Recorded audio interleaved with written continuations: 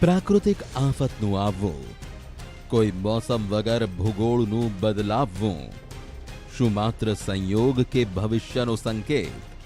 Sir अभी 5 minute पहले हमें लगा कि वो खिड़कियाँ हिल रही थी, थोड़ा भूचाल जैसा आया। तो अभी फ़िलहाल सब ठीक है, लेकिन फिर भी लगा कि थोड़ा सा मतलब कुछ हिल जैसा रहा है। मैं पीछे से चल भी रहा था, मुझे भी लगा थोड़ा सा कुछ गिड़गिड़ाहट सी हो रही है, लेकिन फ़िलहाल तो अब सब ठीक है। આ ધરતીનું સિગ્નલ છે, આ પ્રકૃતિનો અલાર્મ છે। આ સંકેત માત્ર આજકાલનો નથી, ધરતી બોલી રહી છે। તે સંકેત આપણે સમજવો પડશે। પૃથ્વીનું તાપમાન વધતું રહ્યું, પણ વૃક્ષો કપાવવાનું ચાલુ રહ્યું। ભીષણ પૂર, ભીષણ ગરમી, ગમે ત્યારે પડતો વરસાદ સંકેત આપતા રહ્યા, પણ પ્રકૃતિને નુકસાન ચાલુ રહ્યું। ગ્લોબલ વોર્મિંગ જેવા ભારેખમ શબ્દો વૈશ્વિક મંચ પર ચર્ચા ચિંતનની શોભા વધારી રહ્યા છે। કુદરતનો કોઈ પણ સંકેત કારણ વગરનો નથી હોતો। ધરતીનો કોઈ સાદ બેકાર નથી હોતો। આપણી સમસ્યા તે છે કે આપણે તેને સાંભળવાનો સમય નથી કાઢતા।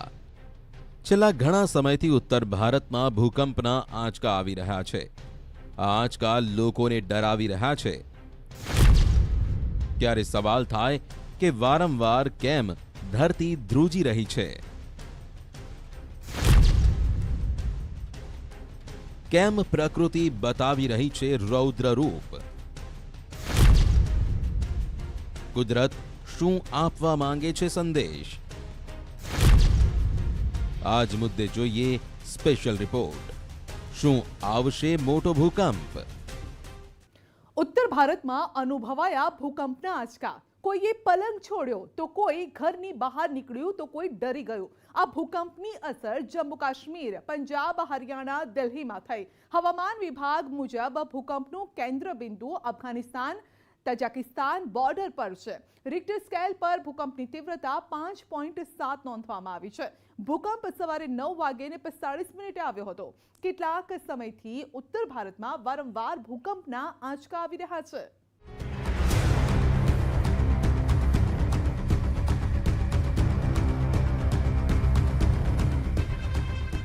ધરતી ધણધણી તો લોકો હચમચી ગયા।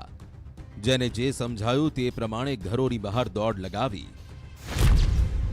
જમ્મુ કાશ્મીરથી લઈ દિલ્હી સુધી કરંટ પસાર થઈ ગયો। ભૂકંપનું કેન્દ્ર અફઘાનિસ્તાન તાજિકિસ્તાન બોર્ડર પર જમીનમાં 181 કિલોમીટર અંદર હતું। જમ્મુ કાશ્મીર, પંજાબ, દિલ્હી, હરિયાણા, ઉત્તર પ્રદેશ સુધી ભૂકંપના આંચકા અનુભવાયા। ભૂકંપે એક સાથે 4 દેશોને ડામાડોળ કરી દીધા। અફઘાનિસ્તાન, તાજિકિસ્તાન, પાકિસ્તાન, ભારત। ભગવાનનો આભાર કહો કે ભૂકંપનો આંચકો 15-20 सेकंड बाद शांत पड़ी गयो।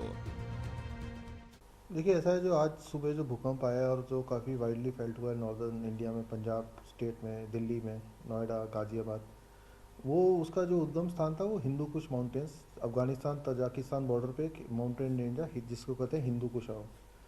तो हिंदू कुश माउंटेन रेंज है वो एक्टिव प्लेट बाउंड्री है। तो वहाँ पर अर्थक्वेक्स ये नेचुरली आते हैं। और वहाँ पर जो मोस्टली अर्थक्वेक्स आते हैं उसको हम कहते हैं intermediate focus. Intermediate focus means जिनकी फोकल डेप्थ जो होती है 70 किलोमीटर से लेके आपके 150-200 किलोमीटर तक होती है। तो ये जो आज का भूकंप आया था उसकी फोकल डेप्थ की बात करें तो लगभग 180 किलोमीटर थी। 180 किलोमीटर का अगर कोई भूकंप आता है तो उसका जो एरिया अफेक्टेड एरिया होता है काफ़ी ज़्यादा हो जाता है, मतलब काफ़ी दूर तक फेल्ट होगा। वही अगर अर्थक्वेक समझो 25-30 किलोमीटर में या 40 किलोमीटर में आता है तो उसका एरिया जो अफेक्टेड एरिया कम होता है, क्योंकि वो डीप था अर्थक्वेक, इसलिए काफ़ी एरिया में फेल्ट हुआ है। और जनरली हमने देखा गया है कि कोई भी 6 मैग्नीट्यूड के आसपास कोई इवेंट 5.5 से 6 के मैग्नीट्यूड के आसपास कोई भी इवेंट हिंदू कुश में आता है तो वो दिल्ली, नोएडा, गाजियाबाद में ईजिली काफ़ी फेल्ट होता है। उसका रीज़न ये है कि जो पूरा दिल्ली का बेल्ट है वो पूरा जिसे कहते हैं यमुना के सेडिमेंट्स हैं वहाँ पर, मीन्स लूज सेडिमेंट्स हैं। तो लूज सेडिमेंट्स में जनरली क्या होता है कि वेव्स जो होती है वो एम्पलीफाई होती है।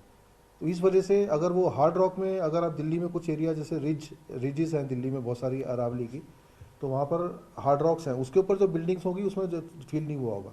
बट जो बिल्डिंग रिवर सेडिमेंट्स के ऊपर है, जैसे पूरा अगर आप नोएडा की बात करें, गाजियाबाद की बात करें, ये मोस्ट ऑफ द जो डेवलपमेंट है पूरा रिवर बेसिन के ऊपर है, यमुना रिवर के जो सेडिमेंट्स हैं उसके ऊपर है, और उसमें एम्प्लीफिकेशन की वजह से ये फील होता है।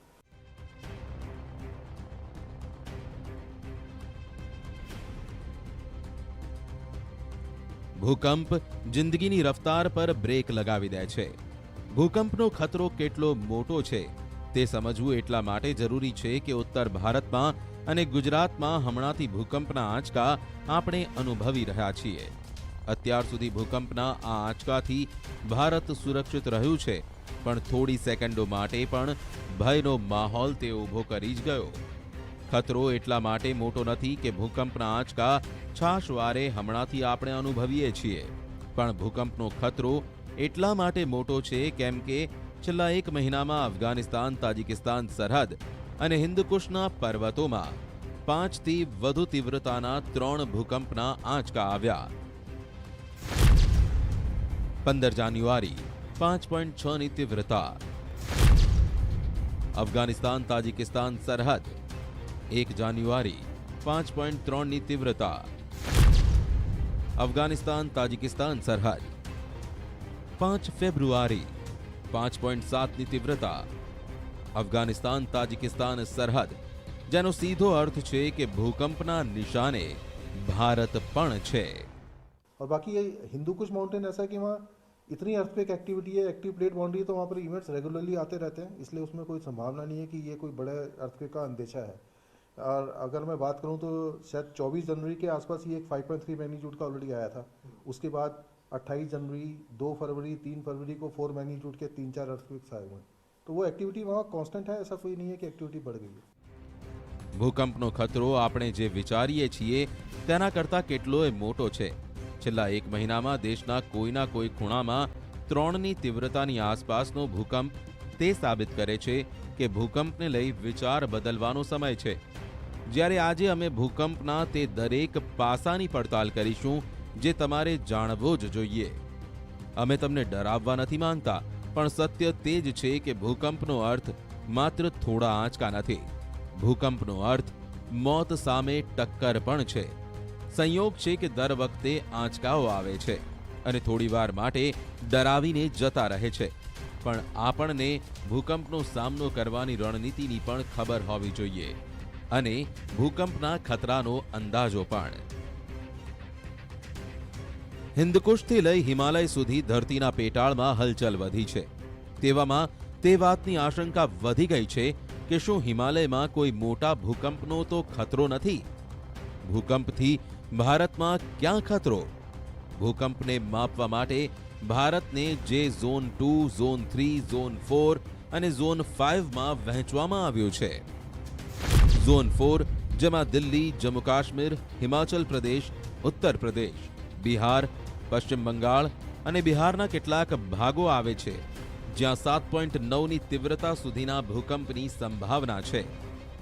देखिए, ऐसा है कि पूरे इंडिया को ब्यूरो ऑफ इंडियन स्टैंडर्ड ने 4 सेस्मिक जोन में बांटा है. जो अभी लेटेस्ट मैप है सेस्मिक जोन का, 4 जोन्स हैं, जोन 5, 4, 3 एंड 2. तो जोन 2 है वो सबसे लीस्ट सेस्मिक है, मतलब वहाँ पर आने की संभावना बहुत कम है, और हैं भी तो बहुत छोटे भूकंप आते हैं. जोन 5 जो है वो जिसमें मैक्सिमम भूकंप, बड़े भूकंप आने की संभावना ज़्यादा है. तो अगर हम बात करें तो पूरी हिमालयन जोन जो है इंडिया का वो जोन 5 में आता है, और हिमालय के अलावा सिर्फ गुजरात में कच्छ का रीजन ऐसा है जो जोन 5 में आता है, जहां पर बड़े भूकंप आ सकते हैं. કેમ આવી રહ્યા છે છાશવારે ભૂકંપના આંચકા? આપણો ભારત દેશ તે ખડક પર ટકેલો છે જેને ઇન્ડિયન પ્લેટ કહે છે. ઇન્ડિયન પ્લેટ ધીમે ધીમે ઉત્તર તરફ ખસી રહી છે, જે તિબેટની પ્લેટ સાથે સતત ટકરાઈ રહી છે.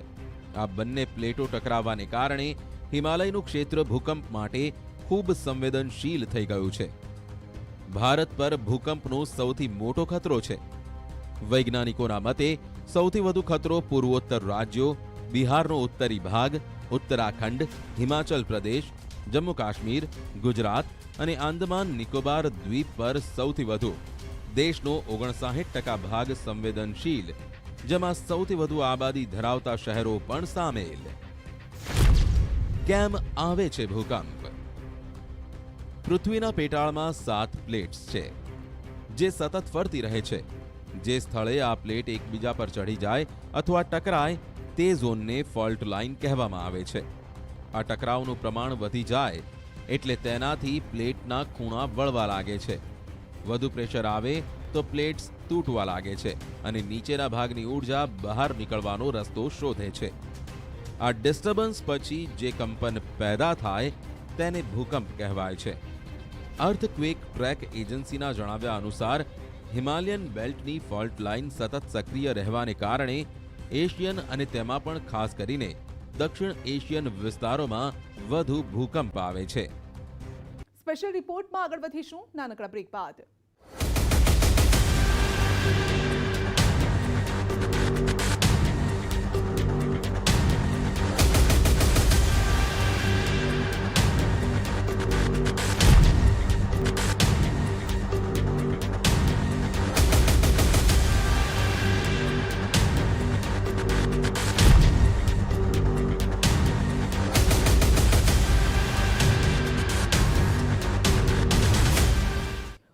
ભારતની જેમ જ ગુજરાતમાં પણ ભૂકંપના આંચકા વારંવાર આવી રહ્યા છે.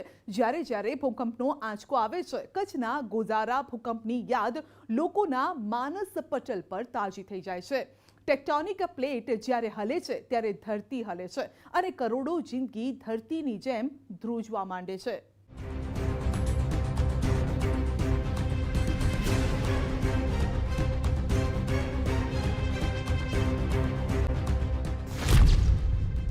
હિમાલયમાં આવી શકે છે સૌથી મોટો ભૂકંપ. 7.9ના ભૂકંપમાં આખું નેપાળ બરબાદ થઈ ગયું હતું. હિમાલય રિંગ ઓફ ફાયરનો ભાગ. વૈજ્ઞાનિકોએ હિમાલય ક્ષેત્રમાં રેકોર્ડ તીવ્રતાનો ભૂકંપ આવવાની ચેતવણી આપી ચૂક્યા છે. વૈજ્ઞાનિકોની માનીએ તો હિમાલય રેન્જની આજુબાજુ જે રીતની ભૌગોલિક ઘટનાઓ ઘટી રહી છે તેને જોતા સ્પષ્ટ થઈ ચૂક્યું છે કે આ ક્ષેત્રમાં મોટો ભૂકંપ કોઈ પણ સમયે આવી શકે છે. કેન્દ્રીય હિમાલયની જમીન આશરે 15 મીટરની સરેરાશથી ખસી રહી છે અને આથી જ હિમાલયમાં મોટો ભૂકંપ આવી શકે છે. તે પણ લગભગ 6000 किलोमीटरના વિશાળ વિસ્તારમાં. अब अगर हिमालय की बात करें तो हिमालय में क्या है कि कुछ जोन्स ऐसे हैं कि जहाँ पर अभी भूकंप काफ़ी कम आए हैं. मतलब अब जहाँ पे एनर्जी रिलीज, जैसे अगर हम गढ़वाल कुमाऊं का क्षेत्र ले, सेंट्रल जिसे कहते हैं सेंट्रल साइस्मिक गैप भी हम उसको कहते हैं, या सेंट्रल हिमालय की बात करें तो वहाँ पर जो बड़ा लास्ट 400 से 500 साल में कोई बड़ा भूकंप नहीं आया है. तो वहाँ पर एनर्जी इतनी एक्यूमुलेट हो चुकी है कि बड़ा भूकंप कभी भी आ सकता है. बट भूकंप में ये है कि भूकंप का प्रेडिक्शन करना बहुत डिफिकल्ट है. आप ये बता सकते हैं कि यहाँ पर इतनी एनर्जी स्टोर्ड है कि भूकंप आएगा, मतलब बट कल आएगा, परसों आएगा, 1 साल के बाद आएगा, 50 साल के बाद आएगा, 100 साल के बाद आएगा, टाइम बताना बहुत मुश्किल है. बट अगर हम बात करें तो पूरे हिमालयन बेल्ट में इतनी एनर्जी स्टोर्ड है कि 8 मैग्नीट्यूड का अर्थक्वेक कभी भी कहीं पर भी आ सकता है, क्योंकि इतनी एनर्जी ऑलरेडी एक्यूमुलेट हो चुकी है. बट वो कब आएगी, ये $1 मिलियन क्वेश्चन है. ભારતમાં એવા 10 મોટા શહેર છે જ્યાં સૌથી વધુ ભૂકંપ આવવાની સંભાવના રહેલી છે. વર્લ્ડ બેંક અને યુનાઇટેડ નેશન્સના રિપોર્ટ મુજબ એક અનુમાન છે કે 2050 સુધીમાં લાખો લોકો ભૂકંપ અને વાવાઝોડાના કારણે બેઘર થઈ જશે. સેસ્મિક ઝોનિંગ મેપિંગમાં ભારતને 4 સ્તરમાં વહેંચવામાં આવ્યું છે. એવું કહી શકાય કે ભારત 4 સેસ્મિક ઝોન્સમાં વહેંચાયેલું છે: zone 2, zone 3, zone 4, zone 5. Zone 5 એવું ક્ષેત્ર છે જ્યાં ભૂકંપ આવવાની આશંકા સૌથી વધુ જોવા મળે છે. ત્યાં જ ઝોન 2માં ભૂકંપ આવવાની સંભાવના સૌથી ઓછી જોવા મળે છે. તો એક નજર કરીએ ભારતમાં એવા કયા શહેરો છે જ્યાં સૌથી વધુ અને સૌથી ઓછા ભૂકંપ આવવાની સંભાવના રહેલી છે.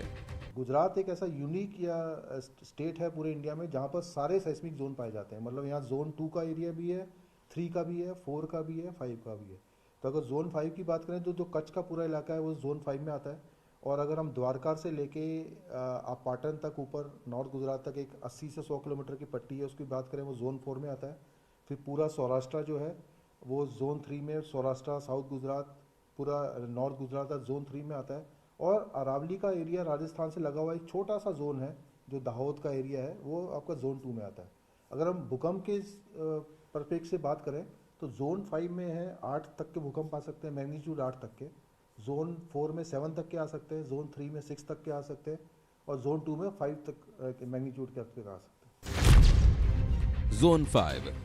ઝોન 5 ક્ષેત્ર એવું છે જ્યાં સૌથી વધુ ભૂકંપ આવવાનો ખતરો રહેલો છે, જેમાં હિમાલયનું કેન્દ્ર, કાશ્મીર અને કચ્છનું રણ છે। ઝોન 4 આ ઝોનમાં સૌથી વધુ નુકસાનવાળો વિસ્તાર કહેવાય છે, જેમાં દિલ્હી, કાશ્મીર અને મહારાષ્ટ્રનો વિસ્તાર આવે છે। ઝોન 3 આ ઝોનમાં મોડરેટ ડેમેજ રિસ્ક ઝોનમાં ગણાય છે। આ ઝોનમાં અંદમાન નિકોબાર અને વેસ્ટર્ન હિમાલયનો ભાગ સામેલ છે। ઝોન 2 જેને લો ડેમેજ રિસ્ક ઝોન કહેવાય છે। ભારતના 10 એવા શહેર જ્યાં સૌથી વધુ ભૂકંપના આંચકા આવવાની સંભાવના છે। જો આ શહેરોની વાત કરીએ તો ગુવાહાટી, દિલ્હી, શ્રીનગર, મુંબઈ, કચ્છ, ચેન્નઈ, પુણે, કોચી, કોલકાતા, तिरुवनंतपुरम અને पटनाમાં भूकंप प्रभावित विस्तार। भूकंप को नापने के जो यंत्र हैं उनको हम लोग सेस्मोग्राफ बोलते हैं। अब ये दो तरह के इंस्ट्रूमेंट होते हैं, एक होता है सेस्मोमीटर, दूसरा होता है एक्सेलेरोमीटर। सेस्मोमीटर वो इंस्ट्रूमेंट है जो धरतीकंप की वेलोसिटी को मेजर करता है, और जो एक्सेलेरोमीटर है वो धरतीकंप की एक्सेलेरेशन को मेजर करता है। अब इनका काम करने का प्रिंसिपल जो है वो बिल्कुल सिंपल है कि मान लो एक पेंडुलम है, जैसे ये लटका हुआ है, तो जब भी कोई अर्थक्वेक आएगा तो ये पेंडुलम ऐसे हिलने लग जाएगा। तो ये जो हिल रहा है, ये हमारा जो कितना पृथ्वी कितनी हिली है उसको हम एक जगह मेज़र कर लेते हैं। तो पुराने ज़माने में हमारे पास ऐसा ये जो आप ये देख सकते हैं इस प्रकार के इंस्ट्रूमेंट होते थे जिसको विजुअल रिकॉर्डर बोला जाता था। तो ये जो हमारे पास है, जब अर्थक्वेक आता था तो ये हमारे पास ये सुई ऐसे हिलती थी और ऐसे हमारे पास ये अर्थक्वेक यहाँ पे रिकॉर्ड हो जाता था पेपर पे। अब यही चीज़ रिचाइज हो गई है। जो इंस्ट्रूमेंट्स अभी आज के ज़माने में, ये जो इंस्ट्रूमेंट हमारे पास रखा हुआ है जो सेस्मोमीटर है, और वो जो ब्लू वाला है वो एक्सेलेरोमीटर है, और ये यहाँ पे डिस्प्ले के लिए रखे हुए हैं और यहाँ पे ये कार्यरत हैं। તે સાચું છે કે ભૂકંપનું આવવું એક કુદરતી પ્રક્રિયા છે। તે પણ સાચું છે કે ભૂકંપનો ખતરો બહુ મોટો છે, પણ પ્રકૃતિ સાથે તાલમેલ સાધી માણસ પ્રકૃતિના આ સૌથી મોટા ખતરાથી ખુદને બચાવી શકે છે। સ્પેશિયલ રિપોર્ટમાં અત્યારે બસ આટલું જ। રજા આપશો, નમસ્કાર।